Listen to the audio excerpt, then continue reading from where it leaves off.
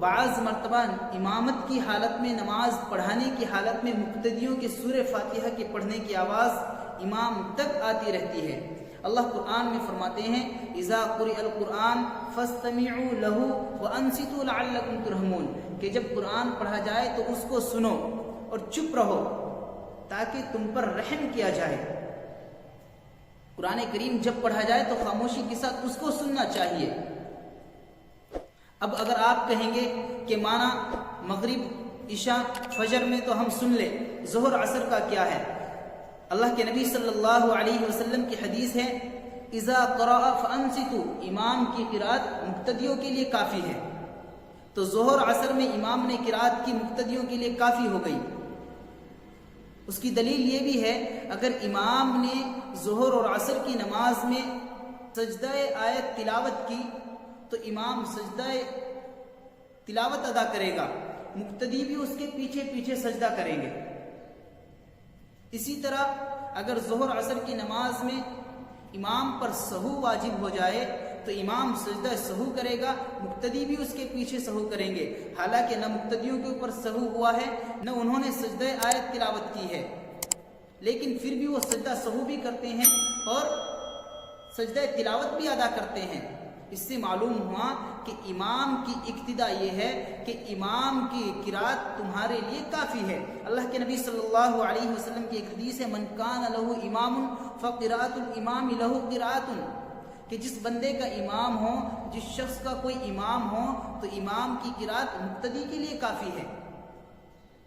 ایک حدیث میں اللہ کے نبی صلی اللہ علیہ وسلم نے فرمایا من ادرک الرکوع فقد ادرک الرکعہ، کہ جس نے امام کی ابتدا میں آ کر رکوع کو پا لیا اس نے رکعت کو پا لیا۔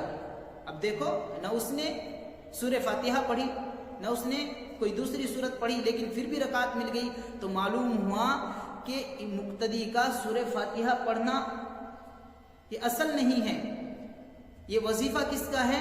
یہ امام کا وظیفہ ہے۔ مقتدی کو امام کی ابتدا میں خاموش کھڑے رہنا ہے۔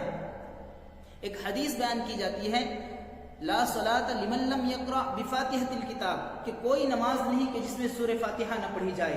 ہم بھی کہتے ہیں کہ کوئی نماز نہیں کہ جس میں سورہ فاتحہ نہ پڑھی جائے، لیکن بابا وہاں لا صلاۃ ہے، لا جماعت نہیں ہے کہ کوئی جماعت نہیں، بلکہ ہے لا صلاۃ، کوئی نماز نہیں، لیکن یہاں نماز میں امام نے قرات کر لی، سورہ فاتحہ پڑھ لی، الحمدللہ نماز ہو گئی۔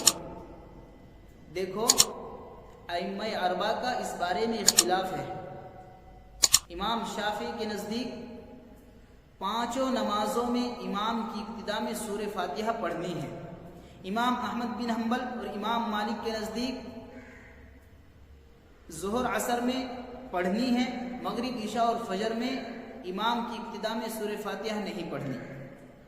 لیکن امام اعظم ابو حنیفہ علیہ الرحمہ کا مسلک یہ ہے، جن کو ہم مانتے ہیں، جن کے مسلک پر ہم عمل کرتے ہیں، ان کا مسلک یہ ہے کہ امام کی ابتدا میں آپ کو کسی بھی نماز میں، نہ ظہر عصر میں نہ مغرب عشاء اور فجر میں قرات نہیں کرنی ہے، سورہ فاتحہ نہیں پڑھنی ہے۔